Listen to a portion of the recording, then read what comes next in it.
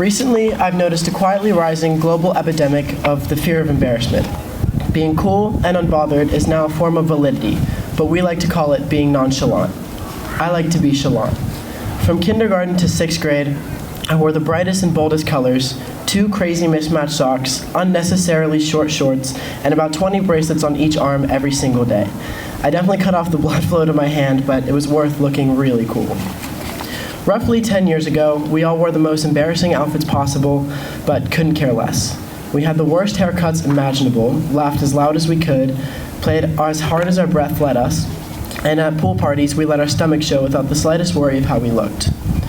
But of course, come 7th grade, come 8th grade, come 9th, and things start to change. We stop acting freely and focus more on trying to act cool or fit in, or trying to seem nonchalant. We worry about how we look and act, and I force myself to forget about things like the type of clothes that once excited me to get out of bed every single morning. When my biggest worry was building a hard Lego set, being made fun of for the clothes I wore was an insult that just passed right through me. I mean, I couldn't even do algebra, let alone the concept of insecurity. But, of course, when you grow up, things start to make more sense. It became far more important to keep myself safe with dull colors, oversized hoodies, and plain sweatpants rather than genuinely wear the clothes I loved so much. In order to keep my beloved clothes somewhat close to me, every day became a carefully calculated equation. I'd wear my jewelry if I balanced it out with jeans and a plain t-shirt, but if I wanted to wear my sparkly purple sweatpants, I'd have to cut the jewelry because that'd be too much. In 5th grade, my teacher, Miss Antoine, said to my mom, "I love the way Jake dresses. Make sure you take pictures now because in middle school he'll change as he wants to fit in more." But of course, I thought that never happened. But here I am, writing a speech about how I got so good at being a chameleon, making so many people like me, and catering to anyone I felt I needed validation from, that I became estranged to the only person it ever really mattered to. The need for approval had become a disease, and I had been severely infected. Though, as I said before, in growing up, things start to make more sense. I heard a quote once that goes something like, "The moment you try to be liked by everyone is the same moment you become truly adored by no one." You lose what makes you special and memorable and allows you to find the most important people in your life. Looking back at the evolution of my clothing style, I visibly saw what made me memorable deteriorate as it hid further every single day from my surface. I was exhausted from the constant pleasing. So last year, angry with how far others' perceptions of me had weighed me down, I made it a point to protest against it in any way I could from then on. So, half naked with a big duck tube floaty, watermelon bathing suit, kid floaties, fins, and goggles at the top of the school plaza stairs during lunch was my promposal to my best friend last year. The night before, at CVS, when deciding between either a rainbow glitter or a plain white border, I went with the rainbow, since it just really emphasized the words on my sign. "I know I'm gay, but I'd swim straight for you to prom."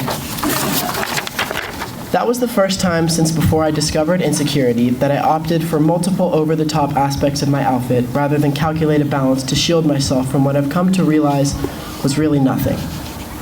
Laughing at myself and seeing my friends laugh with and not at me, I was fine with exploiting myself for some laughs. It seems backwards that I would purposefully run toward the embarrassment I had been running from for so long, but sometimes that's just what it takes to get rid of a problem, or in my case, a disease. It set me free from the cage I had been living in for so long and refamiliarized me with that childlike feeling of not caring and being chalant. Vulnerability, and maybe the little discomfort that came with it, reminded me how to breathe and how to truly feel happy. I finally remembered what it felt like to be the Jake with the 20 bracelets, short shorts, and the crazy socks again. It's hard to leave yourself so unarmored and so unprotected, but it's harder to spend every single day suppressing you and the child within, because that's not living. It's barely keeping your head above water. And to truly live, it's worth being a little uncomfortable sometimes. It's true, being completely authentic to yourself means not everyone will like you. But, like I realized from the quote, in doing so, you'll find the people that truly love you unconditionally as you embody the truest version of yourself. So be chalant. Let yourself be a little embarrassing sometimes if it means being you. The next time you feel the need, instead of holding back, I hope you try to laugh a little louder and feel that good stomach pain a little harder. And wear the clothes that you love, even if they feel a little ridiculous. Every single morning, I purposefully try to wear my bright mismatched socks so that I never forget who I am. Though no one can see them unless I untie my shoelaces, their bold colors remind me to keep wearing the clothes that get me up and excited in the morning as much as possible. Yes, we do grow and change, so maybe you won't like to wear the same things that you did in 4th or 5th grade. But every once in a while, let the child you were seep through the cracks of who you are today.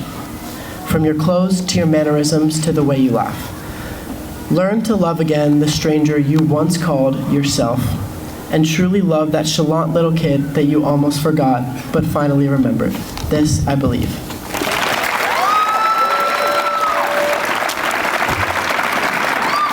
Thank you. And now I would like to introduce Colin Steelberg,